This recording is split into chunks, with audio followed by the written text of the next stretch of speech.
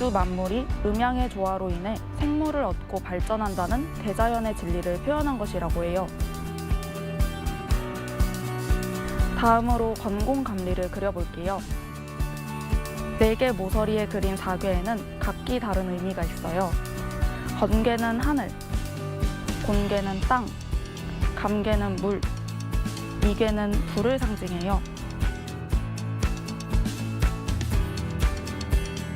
우리 선조들이 생활 속에서 즐겨 쓰던 태극 문양을 중심으로 만들어진 태극기는 우주와 더불어 끝없이 창조와 번영을 바라는 우리 민족의 이상을 담고 있답니다.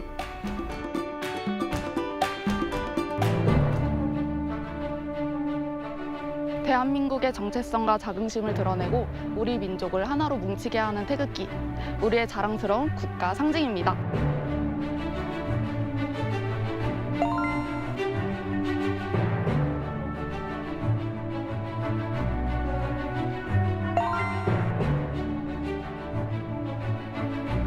한국 바로 알리기, 여러분도 함께 해주세요.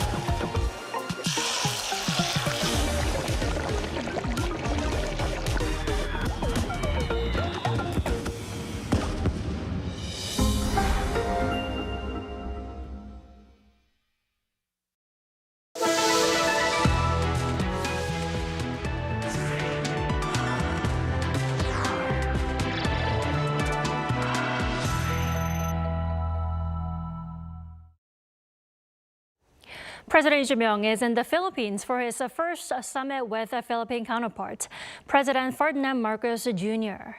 The South Korean leader is about to be officially greeted by the Philippine president at a welcoming ceremony, which will begin in a matter of minutes. And today here in the studio in Seoul, I am joined by Professor Shin Se-dong. Welcome, Professor Shin. My pleasure. So, Professor Shin, this is President Lee's first visit to the Philippines since taking office. I'd like to ask first, how have the interactions been between the two leaders? Well, this is the first time that President Lee Jae-myung visit Philippines, but since he took office last May, he has already had taken almost a dozen summit meetings between Korea and the countries like United States, a couple of times Japan, China. So this is, I think, about 11 or 12th, foreign visit for President Lee Jae-myung. So it is first time for Philippines, but it is quite accustomed on the part of the president to have, summit meeting.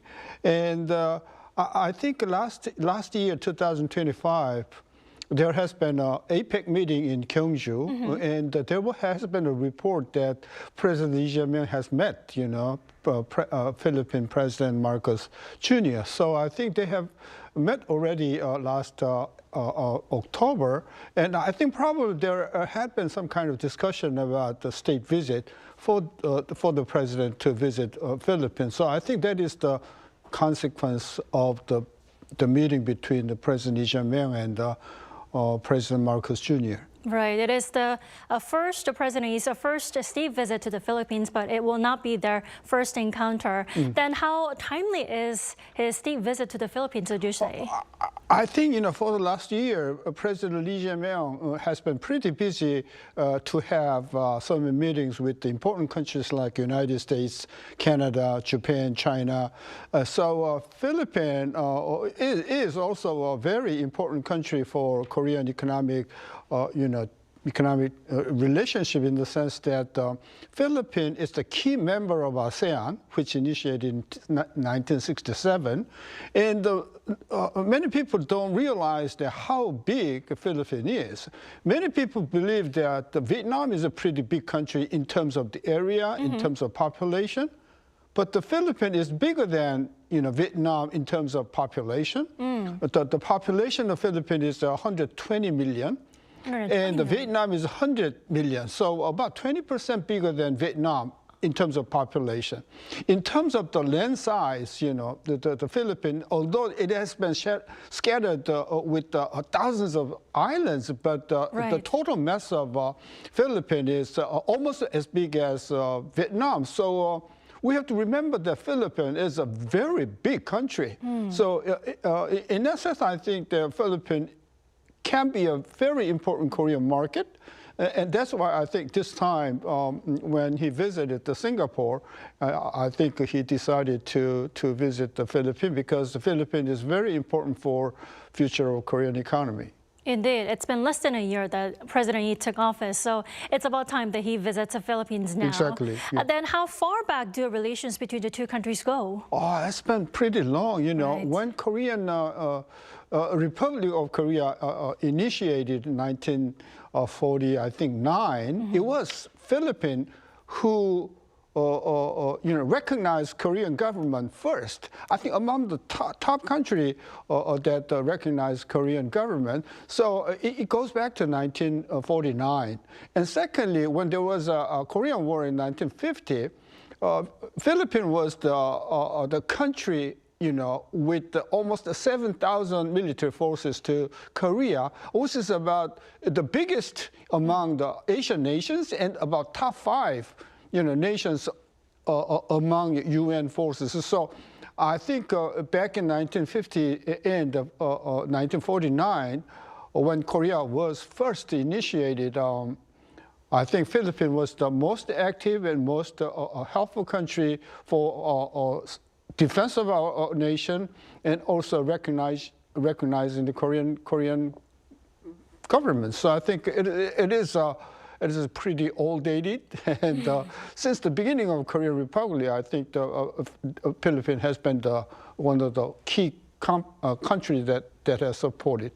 Well, I'd like to point out how President Lee's state visit to the Philippines is timely because the two countries mark their 77th anniversary of their diplomatic relations, don't Right, they? yeah, that was from 1949. Right, yeah.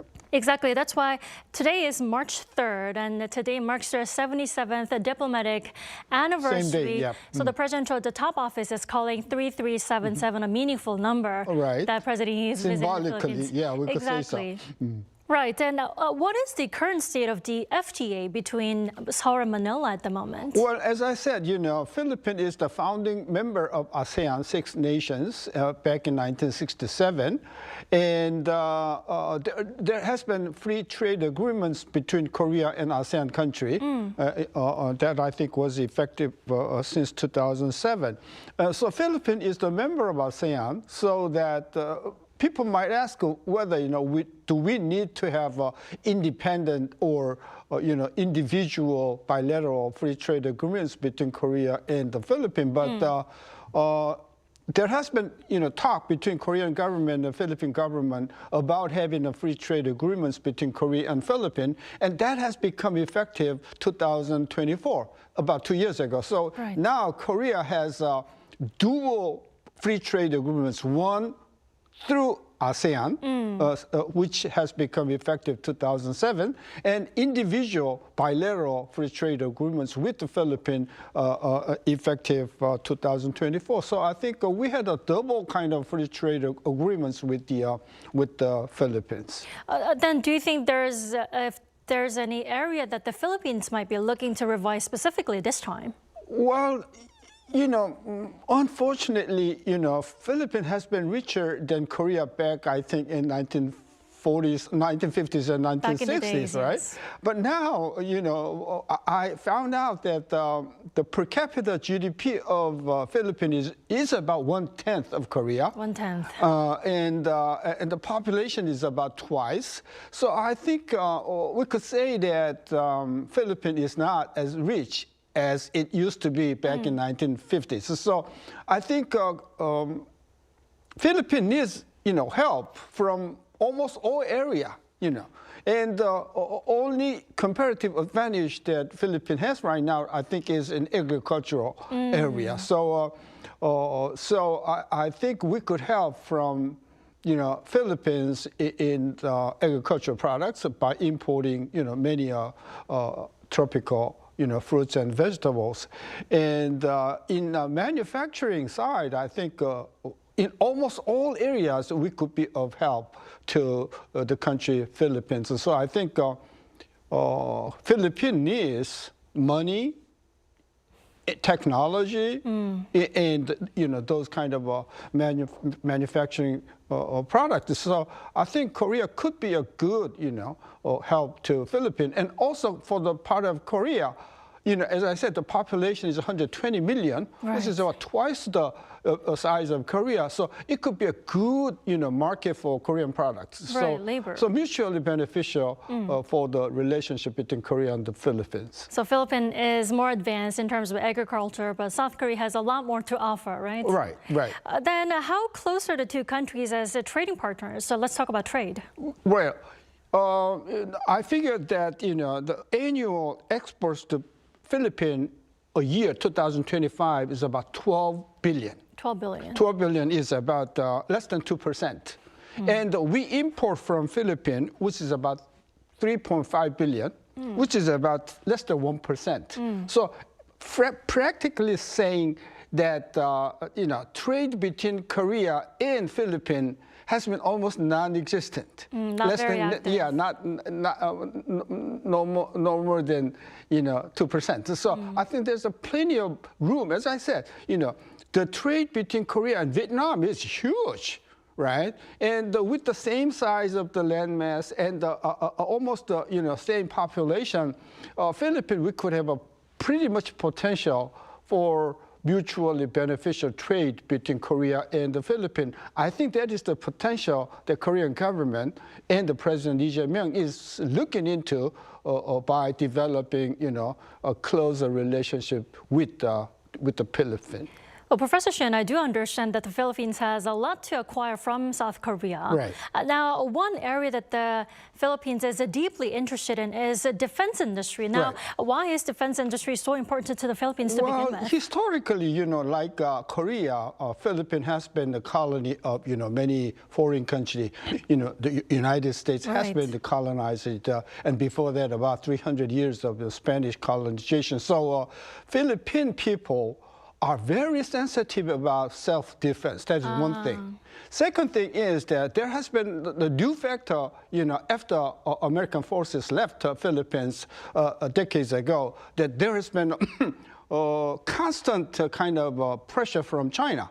So they have to defend themselves, and geographically, as you see, the Philippines is scattered with the thousands of islands. Right. It's going to be very difficult, for self-defense without the naval power. And Korea is a very strong naval power in shipbuilding. So I think in terms of the shipbuilding, and as well as kind of munitions, artillery, tanks, and those kind of products, I think that Korea is a superpower in Asia. So I think that for the Philippine people, I think Korea is the most important country to help, sustaining their self-defense.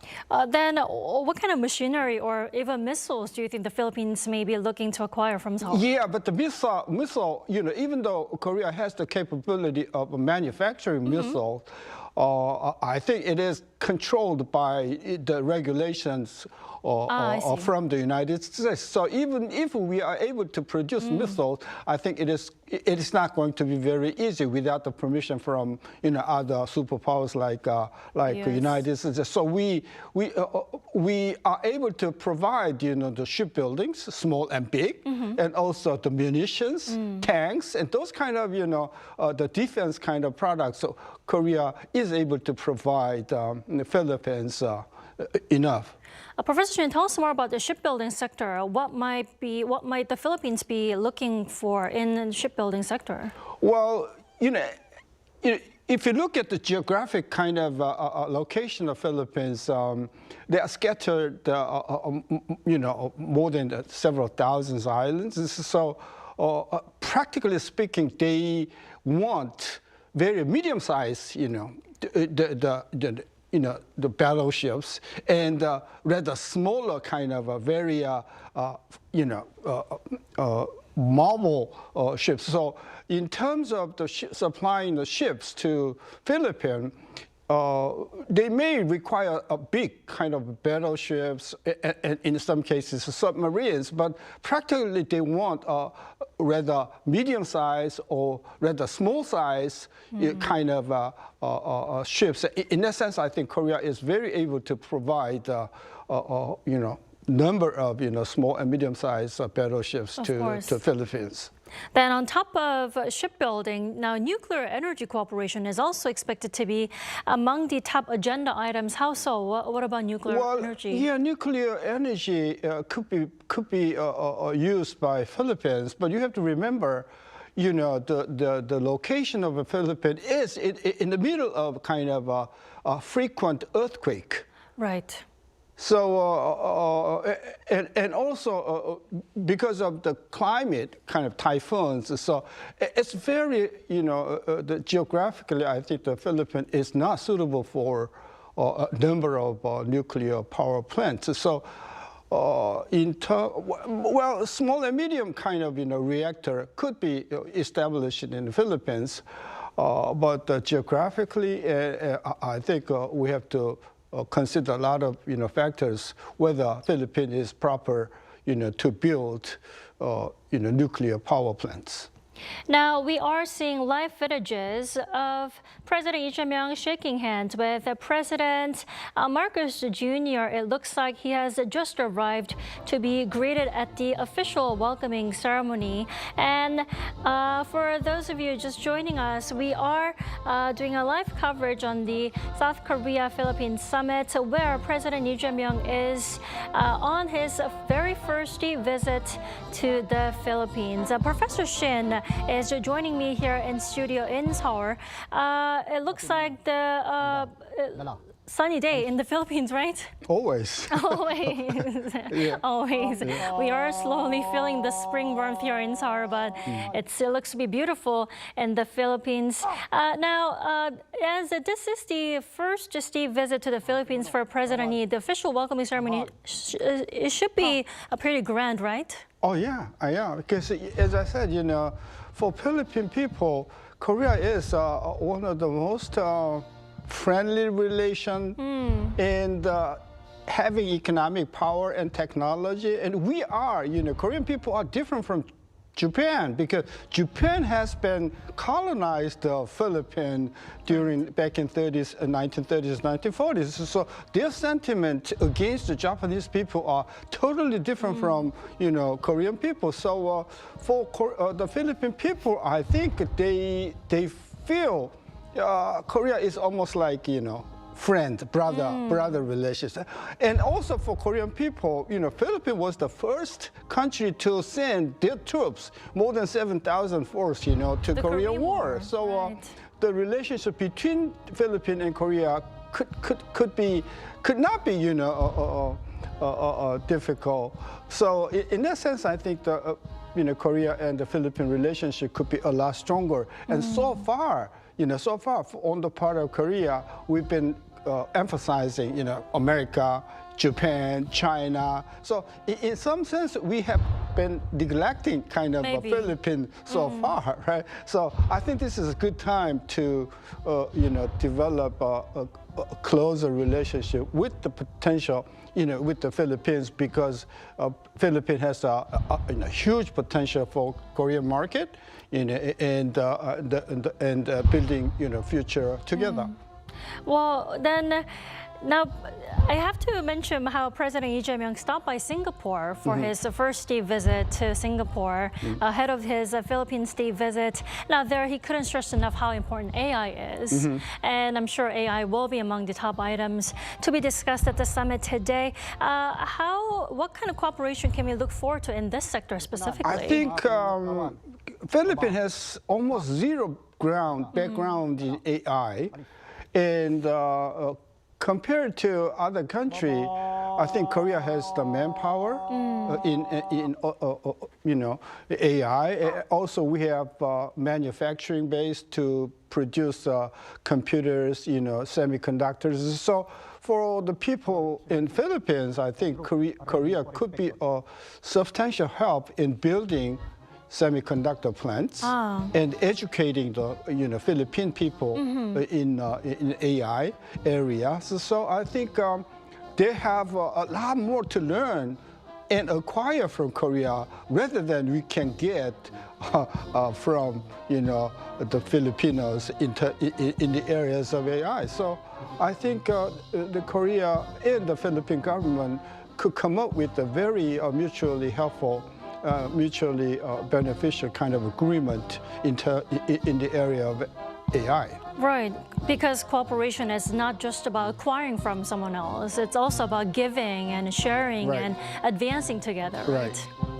Well, then, now I do have to talk about infrastructure. Right. And this is an area that the Philippines may be excited for, right? Oh, yeah. Because, I think if you go the Korean Peninsula down to the south, there are a number of, small islands which has not been connected with the bridges. Right. And now we are building, bridges. We call it yeonnyukgyo, right?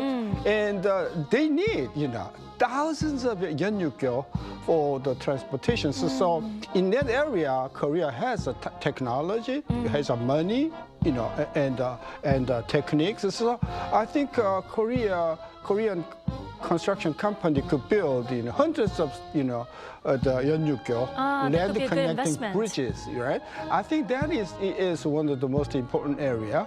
And also we Korean companies have the comparative advantage in building railroads, including those shipbuilding. So in terms of transportation infrastructure, Korea has the technology, has the finance, and the manpower. I think they could be a great help to the people in the Philippines. Well, the Philippines is the very first country in Southeast Asia that we established the diplomatic relations with. Then how are South Korea and the Philippines similar as a regional powers, would you say, Professor Shen? As I said, we thought that the Philippines is first a very poor country, very small country, which is not the case, right? So Philippines has a huge, about twice the size of the Korean population, and land mass is about 3 times. The only fact is they are poor. They have enough people, enough, the land mass, but the only problem is they don't have the technology and money. Korea has the technology and and the money. So I think mutually beneficial in the sense that we could provide finances, we could provide this, the technology to make the Philippines is one of the strong, powerhouse in Southeast Asia, like Vietnam has been developing for the last 2 decades. So that, I think, is the goal that President Marcos Jr. is looking ahead, just following the path of Korean economic development for the last 5 decades. I see. Then a lot deeper cooperation is expected between the two sides. And what kind of geopolitical meaning could collaboration between the two countries have in Southeast Asia?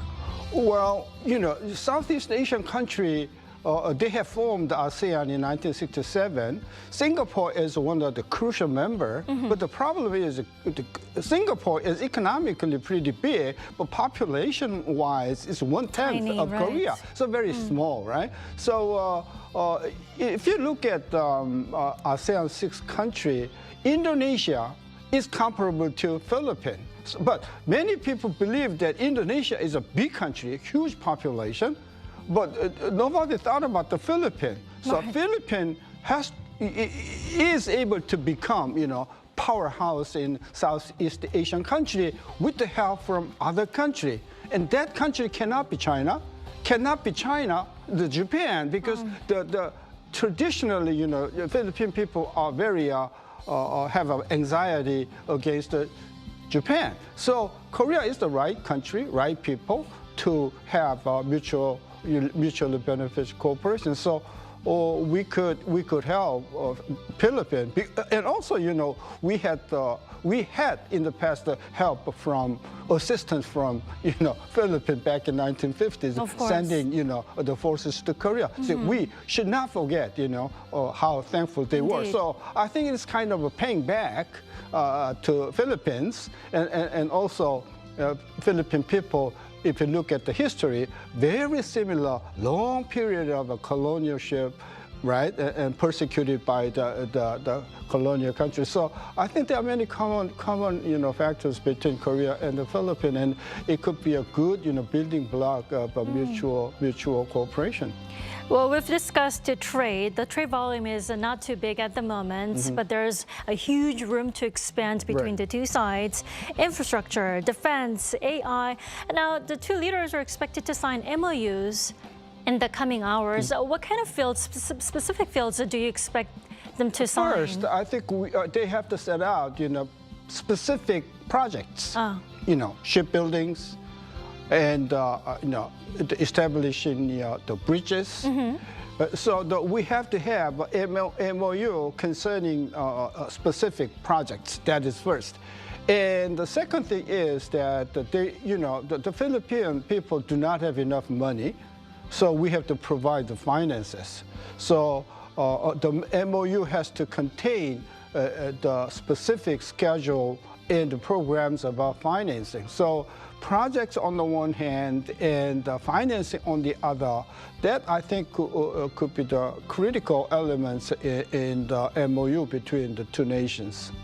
I see. For those of you just joining us on Arirang TV, this is the summit between the leaders of South Korea and the Philippines.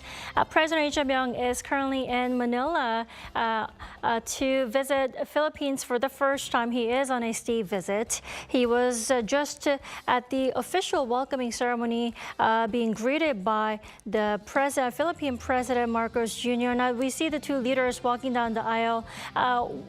What do you think the two leaders are talking about at the moment? I think they have a lot of things to discuss, to talk about for the future of Korea and the Philippines.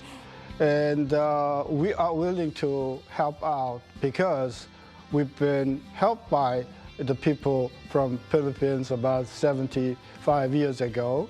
And Philippines was the first country to recognize Korean government.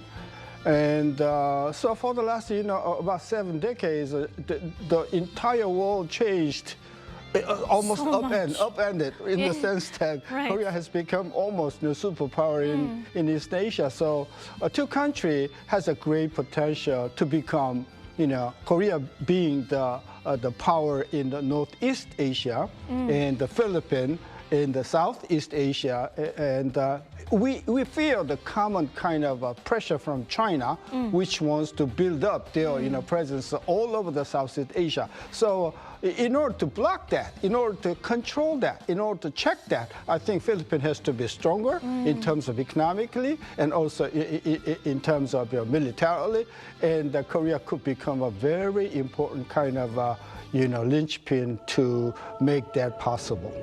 Well, we do have common interests and concerns regarding China. Right. Then, Professor Shin, I'd like to go back how you mentioned we have dual FTA agreements with the Philippines. Does that mean they are both effective until now? Right. Yeah. So the areas not included in Korea-Philippine free trade agreements, that area is controlled by the ASEAN FTA. I see. And the specific kind of agreement between Korea and the Philippines, that is controlled by Korea-Philippine FTA. So it is not, contradicting each other. So it's a better for the Korea and the Philippine free trade agreement. This is one step beyond, above ASEAN free trade agreements. It looks like the Philippine side has prepared the Korean traditional song Arirang to President Lee and the First Lady Kim Hye-kyung. It sounds beautiful, even though it should be not their first language, right? Arirang was national anthem before this national anthem become official. Right. So for Korean people, the Arirang is almost like a national anthem. It really is. Right. 2 days ago, there was a summit ceremony in our church. Instead of Taegeukgi, we sung Arirang? Arirang as a Really? national anthem. Oh, I see. And the pastor reminded us that this it was has been the national anthem. national anthem. It is nice that the Philippine side has prepared to sing this song for President Yi's state visit. It looks like the official welcoming ceremony is coming to an end. They will probably head inside for the guest book signing, and then in the coming hours, the two sides are expected to sign MOUs, and then President Yi will probably have a grand dinner, right? Hosted by President Marcos Jr., right? Right, yeah. I think this is, I don't know the time in Philippines right now, but I think it's about 2 hours or 3 hours or later than Korea. So now we have a 5 o'clock in the afternoon, and in Philippine time, I think it's maybe 3 o'clock, 4 o'clock. Right. Maybe 3 o'clock. I think they're 2 hours ahead. 2 hours, yeah. So 2 hours. We are 2 hours ahead. Yeah, it's a little early for the dinner, but anyway, they're going to have a dinner or ceremony at the palace. Right. It looks like they are looking at a huge tree, I do have to say, right? It does. Yeah, it looks like a tree. Maybe it does carry some symbolic meanings at the office. Right. Still, the Korea-Philippines Summit official welcoming ceremony is well underway in Manila. Now, Professor Shin, you mentioned that this is, they met on the sidelines of the APEC leaders meeting that took place here in Gyeongju City last year. Now, this is President Yi's first state visit to the Philippines. We talked about many sectors that the two leaders are expected to discuss, but what do you think will be the top priority for the Philippines to discuss with President Lee Jae-myung? I bet Out of all. Philippine people wants the finance. The money. Money. And we have, $100 billion trade surplus every year, which is huge. So I think Korea could be of help in providing finance to Philippines.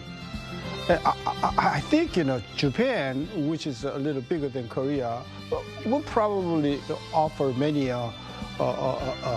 ways in terms of finances. But Korea could provide the finances that I think is one of the most important area.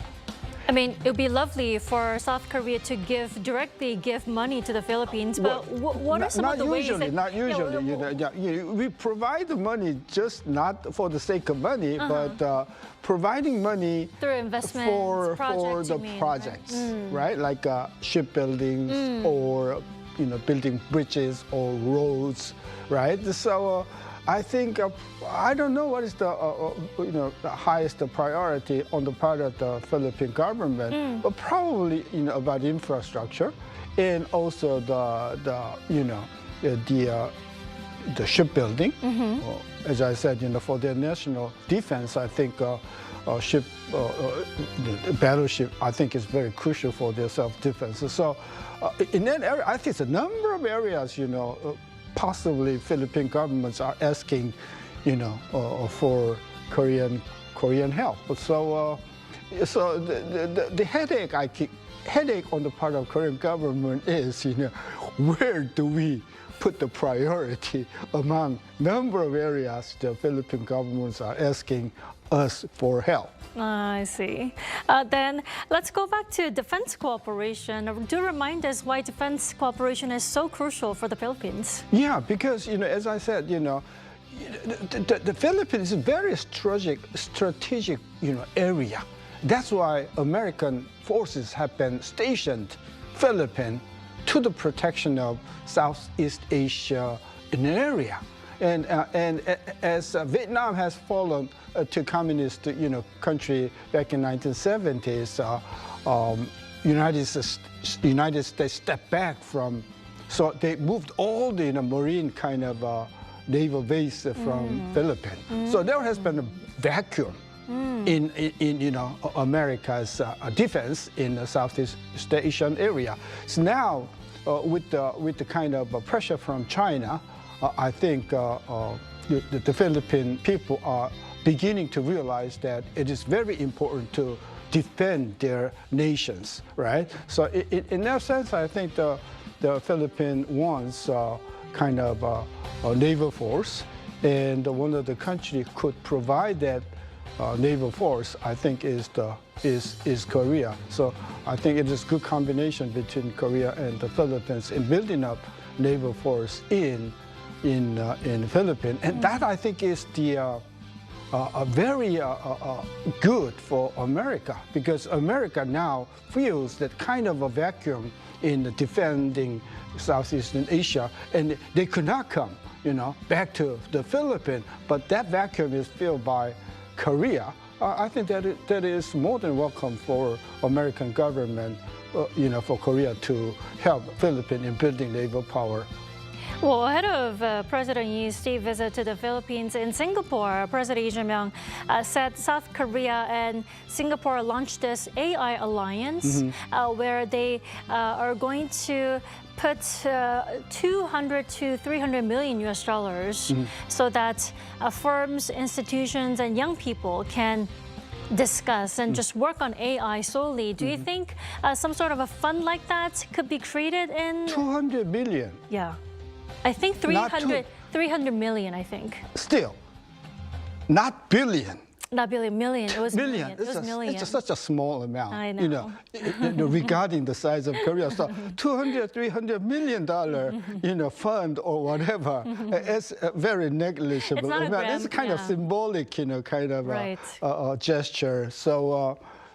But the Korea relationship with the Philippines cannot be centered upon AI, because in terms of AI, Philippines has almost nothing. Right, we are a People, lot more manpower, advanced. infrastructure.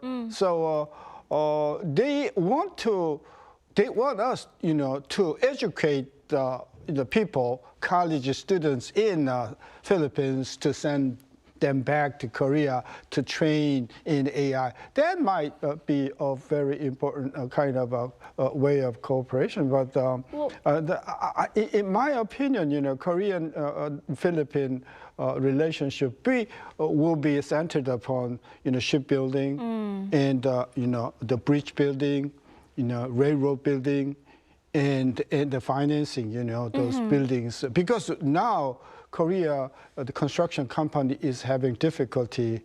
So I think that's a good area. And it looks like the President Lee Jae-myung and President Marcos Jr. are about to deliver remarks ahead of their summit. We'll come back afterwards.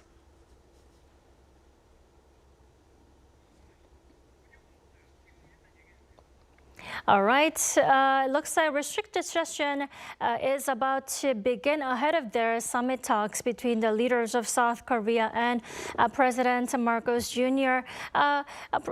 Professor Shin, they are about to deliver their first official remarks. What do you think they're expected to speak? Well, mutual cooperation. Mutual cooperation in trades, and mutual cooperation in investment, mostly financed by Korean funds and Korean banks. So also, I think if I am the government official of the Philippines, I think I will ask Korean government to educate their students, sending them to Korean universities, learning them, in AI area, technology. So I think, back in 1950s, America provided us opportunity for Korean students to study abroad in the States.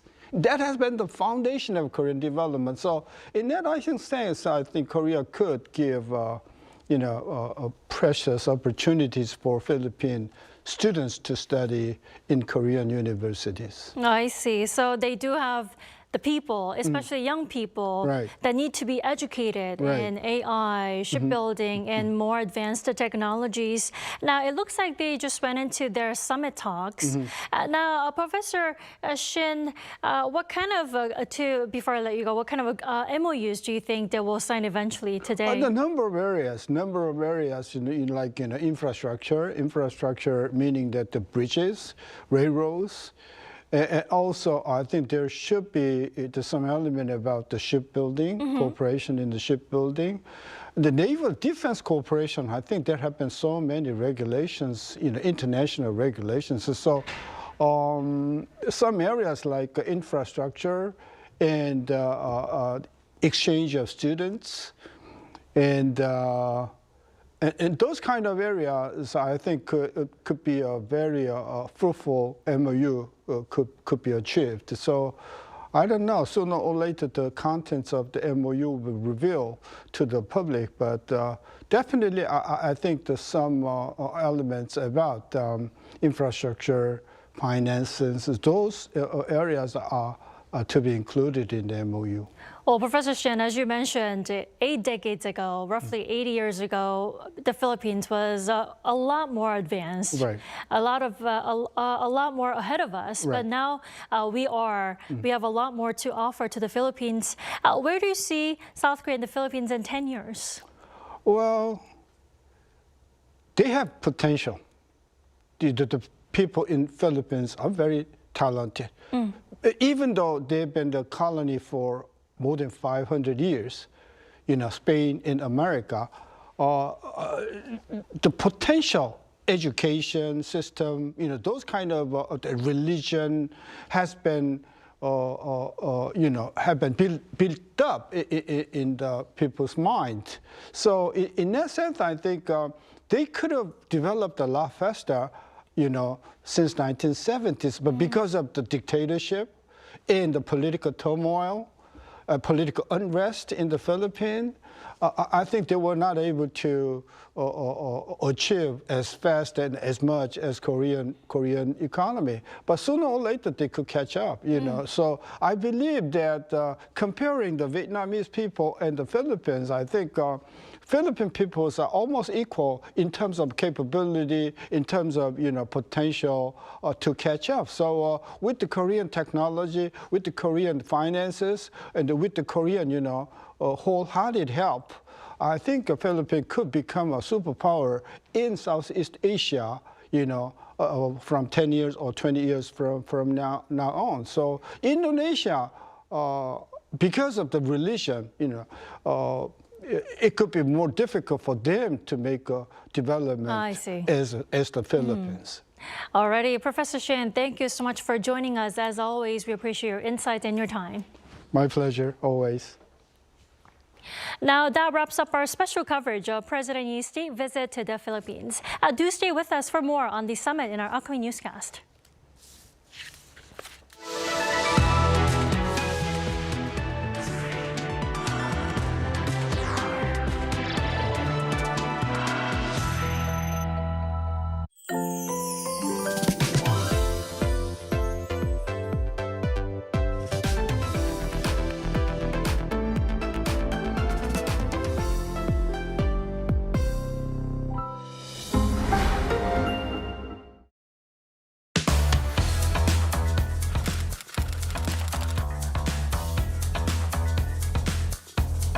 To set the facts straight.